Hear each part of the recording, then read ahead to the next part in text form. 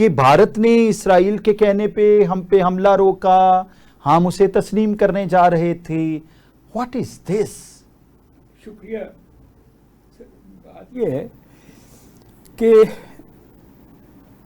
جو لوگ سیاسی عمل کا حصہ نہیں ہوتے ان کو بیان نہیں دینا چاہیے, کیونکہ سیاسی عمل جو ہے وہ کئی دہائیوں میں عوام کے سامنے صحیح یا غلط ثابت. آپ یہ دیکھیے کہ اس ملک میں بڑی طاقتور پارٹیز ہوتی تھیں, جو لیفٹ کی پارٹیز ہوتی تھیں, ٹھیک, اور اس وقت نہیں ہے, کیونکہ عوام کا وہ جو جس کو آپ کہتے ہیں چھاننی کے اندر سے وہ نہیں گزر سکی.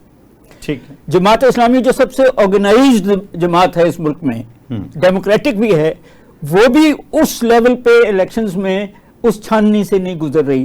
ٹھیک. یہ 2-3 پولیٹیکل پارٹیز جس میں مسلم لیگ نون, پیپلز پارٹی اور پی ٹی آئی, یہ اس لیول پہ اپنی اپنی جگہ مقبول ہے, اور شاید کچھ ریلیجس پارٹیز بھی ان دیٹ کانٹیکسٹ. ٹھیک ٹھیک. پوائنٹ یہ میں کہنا چاہ رہا ہوں کہ آپ پہلے پارٹی کی ایک جنرل کمیٹی کے اندر ایسا بیان دیتے ہیں, وہاں سے اگر آپ کو اجازت ملتی ہے تو پھر آپ باہر بات کرتے ہیں. مگر اگر آپ فیملی ایز اے فیملی اپنے ڈرائنگ روم سے یا مائک پہ آ کے اپنے خیالات کا اظہار رہیں تو پھر اس کے پیچھے ایک ایویڈنس بھی دینی پڑتی ہے. آپ ذرا چیک کیجئے, نورین خان نیازی کا بیان ایک طرف, ادھر chairman P T I barrister Gohar نے آج ہی کے دن بیان دیا کہ شہداء پر سیاست نہیں ہونی چاہیے. مولانا فضل الرحمان کے بیان کو کنڈیم کیا انہوں نے, اور یہاں تو مارکہ حق جو پاکستان کے ماتھے کا جھومر ہے اس وقت پوری دنیا میں, ہماری عزت اس کی وجہ سے اس وقت ہے, لوگوں نے ہمیں ثالث اس کی وجہ سے مانا, لوگوں نے جانا کہ پاکستان میں طاقت ہے, پاکستان کی طاقت کو تسلیم کیا. At this moment Noreen Khan Niazi کا یہ بیان پاکستان کی سلامتی پر ایک بہت بڑا دھبا ہے. دیکھیں بات یہ ہے, وہی میں یہی کہہ رہا ہوں نا کہ جب تک آپ اور 4 بندوں جس میں پارلیمنٹیرینز بھی ہیں, جو گوہر صاحب ہیں, ان پہ تو عمران خان ٹرسٹ بھی کرتے ہیں, ان سے تو پوچھ لیں کہ یہ بیان دینا ہے یا نہیں دینا.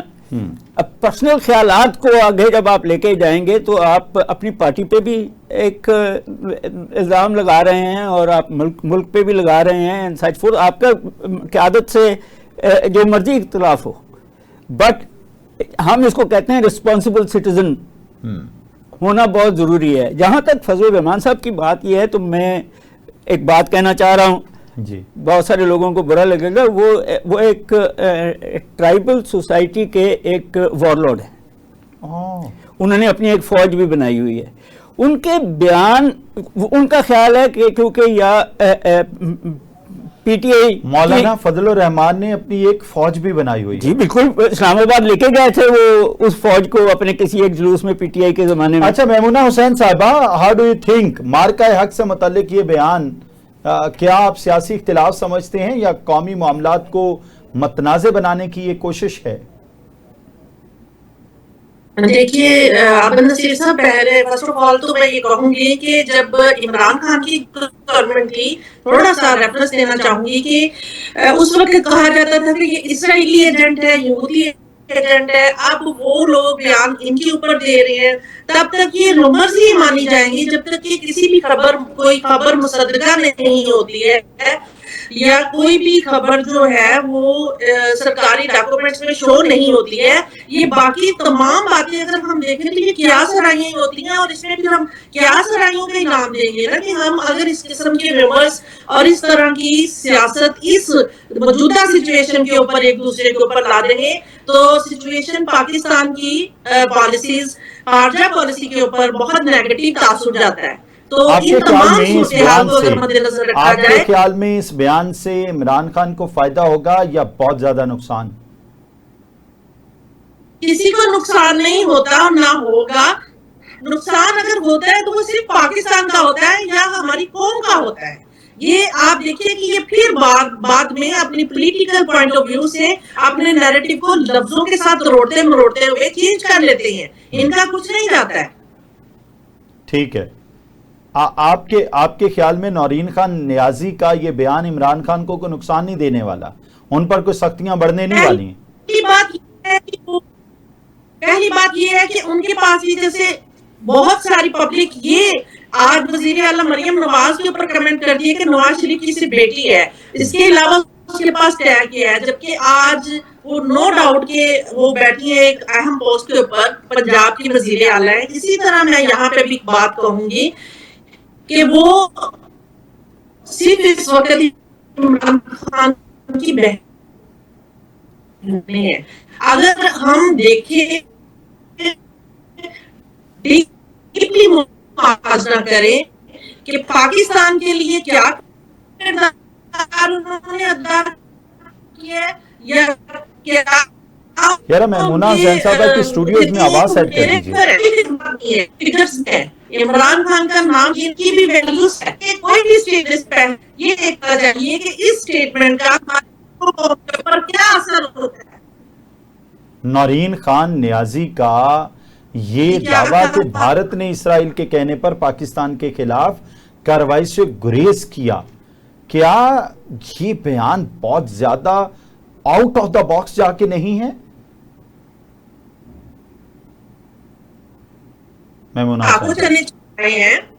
جی بالکل, میں کہہ رہی ہوں کہ ہماری آرمی نے پورا اس وقت ناکو چنے چبوائے ہیں بھارت کو, پورا ایک جو پاکستان کو مزہ چکھانے کے لیے بھارت نے جو حرکت کی تھی اس کا ایک شارٹ کمرشل بریک ہے, آپ ہمارے ساتھ رہیے گا. we will be right back after this short commercial break. Break کے بعد پروگرام میں خوش آمدید. ناظرین کرام, دنیا اس وقت ایک ایسے بحران کے دہانے پر کھڑی ہے جس کے اثرات صرف مشرق وسطیٰ تک محدود نہیں رہیں گے, بلکہ اس کی گونج عالمی سیاست, عالمی معیشت اور عام انسان کی زندگی تک پہنچ سکتی ہے. امریکہ اور ایران کے درمیان بڑھتی ہوئی کشیدگی ایک بار پھر دنیا کی توجہ کا مرکز بن چکی ہے. سوال یہ ہے, کیا یہ صرف سفارتی دباؤ کی ایک نئی شکل ہے یا دنیا ایک بڑے تصادم کی طرف بڑھ رہی ہے؟ امریکہ اور ایران کے تعلقات کئی دہائیوں سے کشیدگی کا شکار ہیں. جوہری پروگرام, علاقائی اثر و رسوخ, اقتصادی پابندیاں, خلیجی ممالک کی سیکیورٹی اور مشرق وسطیٰ میں طاقت کا توازن, یہ سب ایسے عوامل ہیں جنہوں نے دونوں ممالک کے درمیان فاصلے بڑھائے. لیکن موجودہ صورتحال میں سب سے بڑا مسئلہ صرف اختلاف نہیں بلکہ اعتماد کا بحران ہے. ہمارے ساتھ موجود ہیں طاہر اقبال صاحب, انٹرنیشنل پالیٹکس پہ بڑی نظر رکھتے ہیں. طاہر صاحب, ہاؤ ڈو یو تھنک یہ اعتماد کا بحران ہے یا دونوں ملک ایک دوسرے سے واقعی لڑنا چاہتے ہیں؟ ایران امریکہ کو ہرا دینا چاہتا ہے اور امریکہ ایران کو ختم کر دینا چاہتا ہے. بہت شکریہ سر. اس میں ہمیں تاریخ میں جانا پڑے گا. اگر ہم پچھلے کوئی 30-40 سال کی تاریخ دیکھیں اور ان دونوں ممالک کے آپس میں تنازعات دیکھیں اور ان کے جو سکسیسو گورنمنٹس آتی رہیں ان کے بیانات دیکھ لیں, تو وہ ساری چیزیں یہاں اپلائی کر دیں کہ یہ اوور نائٹ ان کے درمیان دوستی اور محبتیں اور یہ ساری چیزیں نہیں ہوں گی. دونوں طرف ایک داستانیں ہیں, تاریخ ہے. اور ایران کی اگر بالخصوص بات کی جائے تو پچھلے 2 دہائیوں سے ایران کے جو ایٹمی سائنسدان ہیں یا سائنسدان ہیں بالعموم ان کو چن چن کر مارا جاتا رہا اور ان کے جو لیڈران ہیں ان کو مارا جاتا رہا. عراق کے اندر ایک حادثہ ہوا اور وہاں پہ ان کے ایک فوجی جرنیل تھے, ان کو مارا گیا, جن کے بارے میں اس وقت کے پاکستان کے پرائم منسٹر نے ایک سٹیٹمنٹ بھی دی تھی اور یہاں پر بڑا تنازع کھڑا ہوا تھا. تو یہ اوور دی ایئرز یہ چیزیں ہم دیکھ رہے ہیں اور یہ چیزیں ایک دم ایک فوری حل نہیں ہوں گی. طاہر صاحب, گزارش یہ ہے, تاریخ رہی بھیانک تاریخ ہے, نو ڈاؤٹ, بٹ موجودہ صورتحال میں جب بات مذاکرات کی ہو رہی تھی, جب بات ٹیبل ٹاک کی ہو رہی تھی, ایٹ دیٹ مومنٹ پہلا رد عمل ایران کی جانب سے آیا. اس کے تناظر میں یہ جو دوبارہ کشیدگی شروع ہوئی ہے, اس کا مورد الزام کسے ٹھہرائیں گے اور اس کا اس وقت تدارک کیا ہے جب دونوں لوگ ایک دوسرے پر چڑھ دوڑے ہیں؟ سر اس میں تو دیکھیں, ایک طرف سے جب ڈیل ہوئی پاکستان نے اس میں کوششیں کی اور دونوں طرف سے بڑے پازیٹیو جیسچرز آ رہے تھے. اس میں جو لکھنے والے ہیں وہ یہ بات کرتے ہیں, تنقید کرنے والے بات کرتے ہیں کہ ایران کو آبنائے ہرمز پہ یہ جو اٹیک ریسنٹ ہوا جس کی آپ بات کر رہے ہیں, اس کے بعد یہ سارا سلسلہ دوبارہ سے سٹارٹ ہوا, تو اسے نہیں کرنا چاہیے تھا.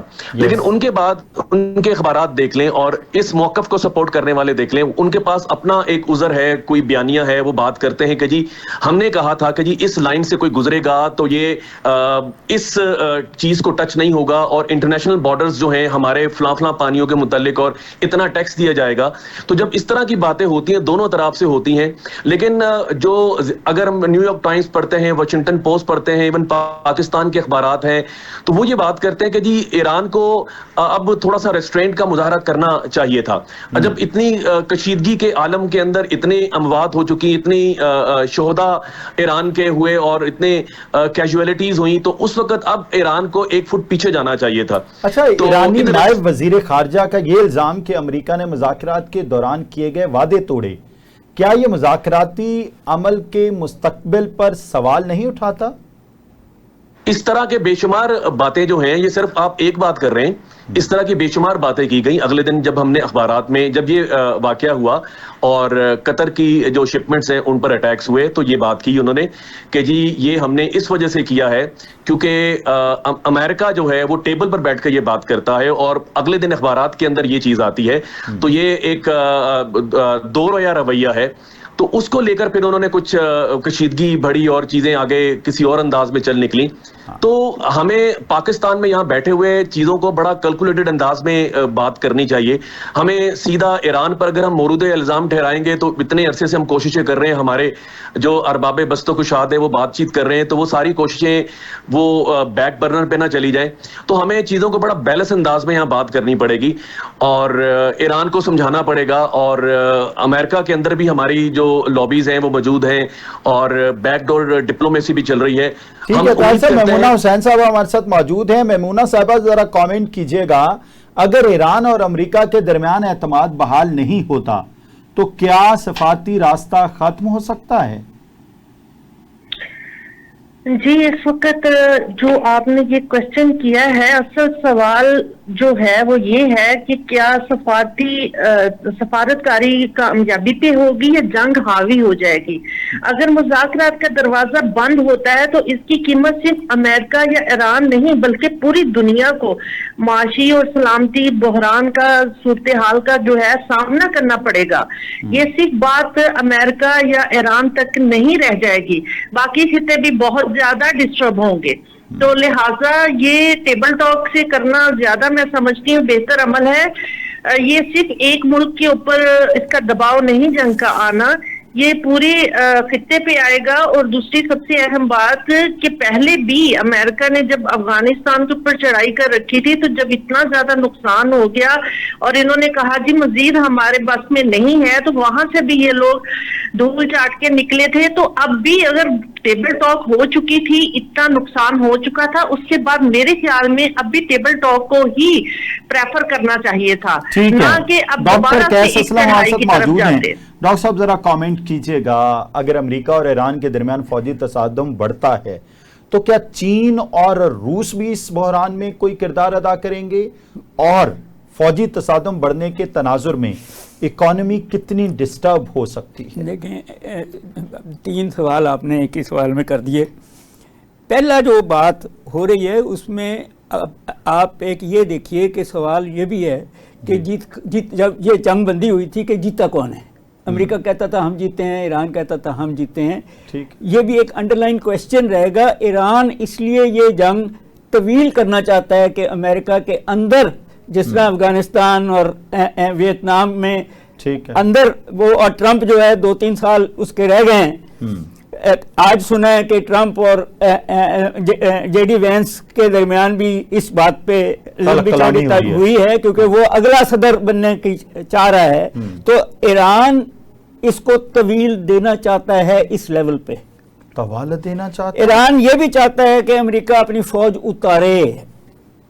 I see. آپ تیل مہنگا ہوتا ہے, That is a big news کہ ایران یہ چاہتا ہے. جی, یہ ان کے فورن منسٹر کے کئی بیانات آ چکے ہیں کہ اتارو فوج, ہم تو انتظار کر رہے ہیں. تیل مہنگا ہونے سے ایران کو بھی فائدہ ہے, امریکہ کو بھی فائدہ ہے. وہ یہ بھی الزام لگا ہے کہ کشنر اور ٹرمپ کے جو رشتہ دار ہیں انہوں نے بہت پیسہ اس جنگ کو طویل دینے میں بنایا ہے. اب آپ کا دوسرا سوال یہ ہے کہ چین اور روس تو وہ تو ملوث ہیں. پیچھے ایران کے کیسپین سی ہے, جو ادھر ایران ہے ادھر روس ہے, ٹھیک, اور ادھر سینٹرل ایشین اسٹیٹس ہیں. بہت اسلحہ, بہت ٹیکنالوجی روس ایران کو اس کے تھرو بھیجتا ہے اور ان کی ٹریڈ رہتی ہے. ٹھیک ہے. چائنا کو اسلحہ ایران کو, وہ جو قازقستان کا روٹ ہے جس کے اب وہ اڑائے ہیں پل امریکہ نے, اور 24 گھنٹے میں 2-3 بنا بھی دیے انہوں نے, چائنیز نے اور ایرانینز نے جی. وہ اور پھر ہمارا پاکستان کا رستہ جو ہے چائنا اور ٹریڈ بھی کر رہا ہے, تیل بھی جا رہا ہے اور اسلحہ بھی اور ٹیکنالوجی بھی, اور پھر سائبر جو ہے وہ چائنیز سیٹلائٹس ہیں, اور چائنیز سیٹلائٹس کے ساتھ یہ You want to say China proper support کر رہا ہے؟ جی بالکل سپورٹ کر رہا ہے, انٹرنیشنلی مانے نہ مانے دونوں جنگیں جو ہیں. روس is also standing with Iran, اس سے بھی بڑا ہے. نارتھ کوریا تو ایران کو کہتا ہے کہ تمہیں ایٹم بم بنانے کی ضرورت نہیں, 2 میرے سے لے لو. تو اب ادھر اسرائیل کی بھی اور نیتن یاہو کی سلامتی اس میں ہے کہ یہ جنگ جاری رہے, نہیں تو فلسطین کا ایشو کھڑا ہوتا ہے, غزہ کے جو قتل و غارت ہوئی ہے اور اس نے اپنی جو کرپشن کی ہوئی ہے اس کو قید ہو سکتی ہے. تو وہ بھی چاہتا ہے کہ لیبنان میں اب آپ دیکھیں کہ ہوتیز نے ریڈ سی کو بند کر دیا ہے, انہوں نے ہرمز کو بند کر دیا ہے, تو دنیا کا تیل جو ہے اور وہ مہنگا ہونا شروع ہوا ہے. برینٹ جو ہے وہ $79-80 پہ چلا گیا. 4% ہمارے جیسی معیشتیں اس پہ بہت افیکٹ ہوں گی. ہمیں پہلے انفلیشن ہے, ان امپلائمنٹ ہے, گروتھ ریٹ بہت کم ہے. دوسری طرف یورپ سرمایہ داری نظام پہ ایک بہت بڑا پرابلم آیا ہوا ہے, اور روس کی جنگ بھی اور یہ جنگ بھی جو ہے امریکہ اور اس کے اتحادی جو ہیں نیٹو میں, آپ دیکھیں نا نیٹو نے انکار کر دیا کہ ہم اس جنگ میں نہیں آئیں گے. وہ ایک بڑا ٹیکنیکل ایشو ہے. ٹیکنیکل ایشو یہ ہے کہ نیٹو کا ایگریمنٹ یہ ہے کہ if one of the countries is attacked, all will be. یہاں اٹیک تو ہوا ہی نہیں ہے کسی بھی نیٹو کنٹری پہ, یہاں تو امریکہ نے اٹیک کیا ہے. تو وہ کہتے ہیں کہ ہم طاہر اقبال صاحب سے اس پہ کامنٹ لے لیتے ہیں. طاہر اقبال صاحب سب سے بڑا جملہ جو انہوں نے بولا, Iran wants to make it طویل, a long war. Do you think Iran اس طرح چاہتا ہے کہ یہ جنگ طوالت پکڑے؟ سر 2 چیزیں ہیں جب ہم یہ انٹرنیشنل ریلیشنز پڑھتے ہیں. ایک ہے جی ریٹورک اور ایک ہے ریئل پالیٹک. ریٹورکس کے اندر ہم دھمکیاں بھی لگاتے ہیں, ہم بڑی بڑی باتیں بھی کرتے ہیں, ہم صدیوں جنگ لڑنے کی باتیں بھی کرتے ہیں, اور ریئل پالیٹک کے اندر ہم ٹیبل پر بیٹھتے ہیں, کچھ اور بات ہوتی ہے اور زمینی حقائق کچھ اور ہوتے ہیں. ہم کبھی بھی جو آپ دھمکیاں ہوتی ہیں یا زمین پر آپ فوج اتارو ہم دیکھ لیں گے, تو سر سارا کچھ تو انہوں نے تباہ کر دیا ہے. انہوں نے ان کے نیوی سیٹ اپس پورے تباہ کر دی ہیں, ایئر فورس تباہ کر دی ان کی, اور ان کی جو بری فوج ہے وہ ساری, اور اب کیا رہ گیا پیچھے؟ اب میرا خیال ہے ریٹورک سے زیادہ ریئل پالیٹک کی طرف آ جانا چاہیے. اب جو جنگیں ہیں وہ طوالت والی جنگیں نہیں ہوں گی سر. طوالت والی جنگیں آپ دیکھیے ان جگہوں پہ ہوتی ہے. اگر ہم افغانستان کی بھی بات کرتے ہیں, 20 سال امریکہ وہاں پر سٹک رہا جہاں گوریلا وارفیئر لڑی جاتی ہے. ٹھیک, تو ہاں, تو یہاں پہ سر دیکھو گوریلا وارفیئر, اب دیکھیں یہاں پہ تو اس طرح کا کوئی سیٹ اپ ہمیں نظر نہیں آتا کہ جی 20 سال گوریلا وارفیئر اور ہم جنگ کو طوالت کی طرف لے کے چلیں. تو یہ ریٹورک کچھ اور ہے, ریئل پالیٹک کچھ اور ہے. میں تو I do not agree with this statement کہ جی وہ طوالت اختیار کرنے کو. ہاں جی, میمونہ حسین صاحبہ, آپ ڈاکٹر صاحب کی بات سے اختلاف کریں گی یا تائید کریں گی کہ ایران چاہتا ہے جنگ طویل ہو جائے اور ایٹ اینی کاسٹ دنیا کہے کہ ایران ہیز ون دا وار؟ جی طوالت کی طرف میں نہیں جاؤں گی. طوالت تو اب وہ دور نہیں رہا کہ جس کے اوپر کہا جائے کہ طوالت اختیار کرے گی جنگ. اگر ہم بیسکس کے اوپر رہیں کہ اس وقت کرنٹ سچویشن, مطلب ٹرمپ کی جو ایک جھکاؤ ہے وہ اسرائیل کی سلامتی اور ایران پہ ایک پریشر ڈیولپ کرنا ہے. اور پریشر ڈیولپ کرنے کی ایک بیسک ریزن آپ کو پتہ ہی ہے کہ جو ان کو پرابلم ایک تو ہے کہ سپلائی چین جو کہ اپنائے ہرمز سے, اور ابھی ریسنٹلی چابہار پہ بھی حملہ ہوا. اب دیکھیے ان تمام چیزوں کا افیکٹ جو ہے وہ صرف امریکہ کے اوپر نہیں ہے. اس وقت یہ کرنٹ سچویشن کو اگر ہم دیکھتے ہیں تو اس ابنائے حرمت جو ایک شاہراہ ہے آمد و رفت کی, تو تیل کی قیمتوں میں اضافہ جیسا کہ ابھی آپ نے ڈسکس کیا ہے, اس کے انفلیشن ریٹ جو ہے وہ بھی بڑھے گا, تجارتی خسارہ ہوگا, کاروباری لاگت بڑھنے کا اندیشہ ہے, عالمی معیشت جو ہے وہ پرابلم میں جائے گی اور شپنگ اخراجات بڑھیں گے, سپلائی چین متاثر ہوگی, ترقی کی رفتار کے امکانات کم ہوں گے, اور یہ ساری سچویشن ہے. اور جو ٹرمپ کی سچویشن کو اگر ہم ریڈ کرتے ہیں کہ ان کا تو ڈیفینیٹ ڈے ون سے وہ اسرائیل کی طرف جھکاؤ ہے اور ایران کے اوپر پریشر بلڈ کرنا ہے کہ وہ ایک ایٹمی آپ یہ طاقت کہہ نہ بن رہی ہیں سکے. کہ ایران نہیں چاہتا جنگ طویل ہو اور امریکہ کا بھی کوئی پلان نہیں ہے لڑنے کا, بٹ سٹل وہ یہ چاہتا ہے کہ بھئی ہمارا دباؤ قائم رہے. جی بالکل, وہ اسی دباؤ کو اور اسی ڈاکٹر صاحب آپ کا ورڈکٹ نیگیٹ ہو گیا. آپ کن بنیادوں پہ کہتے ہیں کہ ایران بیچارہ چاہتا ہے؟ طاہر صاحب نے بڑا کیٹاگوریکلی کہا سب کچھ تو تباہ ہو چکا. دیکھیں بات یہ ہے کہ ایران نہیں گیا لڑنے امریکہ کے ساتھ. ایران پچھلے 40 سال سے اس دن کا انتظار کر رہا تھا, یہ میزائلز بنا رہا تھا, یہ سب اس کو پتا تھا, اس پہ سینکشنز لگی ہوئی تھی کہ یہ کسی نہ کسی دن جنگ ہوگی. ٹھیک, وہ اسرائیل والا تو بڑا انٹرسٹنگ ہے کہ میں یہ کہتا ہوں کہ یہودیوں نے مل کے عیسائیوں اور مسلمانوں کو لڑا دیا ہے. امریکہ ایک کرسچن پاور ہے, ایران ایک مسلم پاور ہے, لڑایا یہودیوں نے. بٹ اینی وے وہ تو ایک ریٹرک اگریڈ. بات یہ ہے جی کہ ایران کو اس جنگ کو ختم کرنے پہ کیا فائدہ ہے؟ جو انفراسٹرکچر باقی ہے وہ بڑھ جائے گا. ساری دنیا اس وقت چیخیں مار رہی ہے نا, ساری دنیا کہہ رہی ہے کہ اب وہ $2 کہہ رہا تھا امریکہ کے, میں نے وہ 2% لگانے ہیں ٹیرف, یہ بھی کہتے ہیں کہ ہم نے اب پیسہ لینا ہے. اب وہ پیسہ ایران نے لینا ہے یا امریکہ نے لینا ہے یا ایران اور قطر نے لینا ہے یا نہیں لینا, یہ ہے نا سارے ایشوز. نیوکلیئر والا تو ایشو پیچھے رہ گیا جس پہ یہ جنگ شروع ہوئی تھی. نہیں, ٹرمپ تو ابھی بھی اس بات پہ ہیں کہ یہ ہتھیار نہیں بنائیں گے.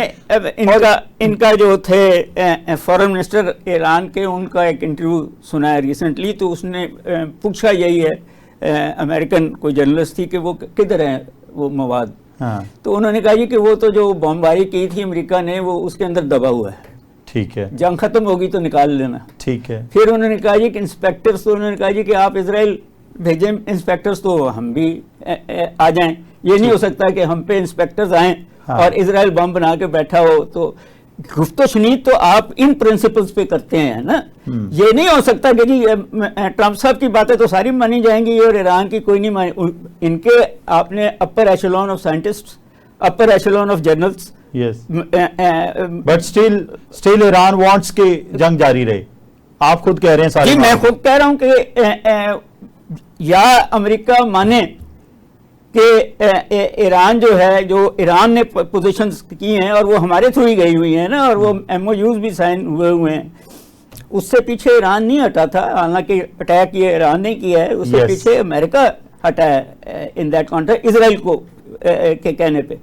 اب اس وقت ایک ووٹ سے اسرائیل کا پرائم منسٹر ہے, آگے الیکشن آ رہے ہیں, ٹرمپ کے بھی آ رہے ہیں وہ سینٹ کے یا کچھ.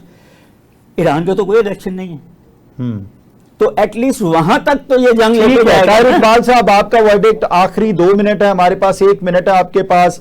کیا اس تناظر میں آپ ایران کو کیا پیغام دیں گے, امریکہ کو کیا پیغام دیں گے, اور مشرق وسطی سارے کو کیا پیغام دیں گے کہ اب کیا ہمیں درمیانی راستہ لینا چاہیے کہ دنیا بچ جائے؟ جس طرح ایران نے کہا کہ مشرق وسطی کو ہم اونٹوں کے دور میں لے جائیں گے, تو this is very hilarious, very powerful and negative powerful sentence by the Iran.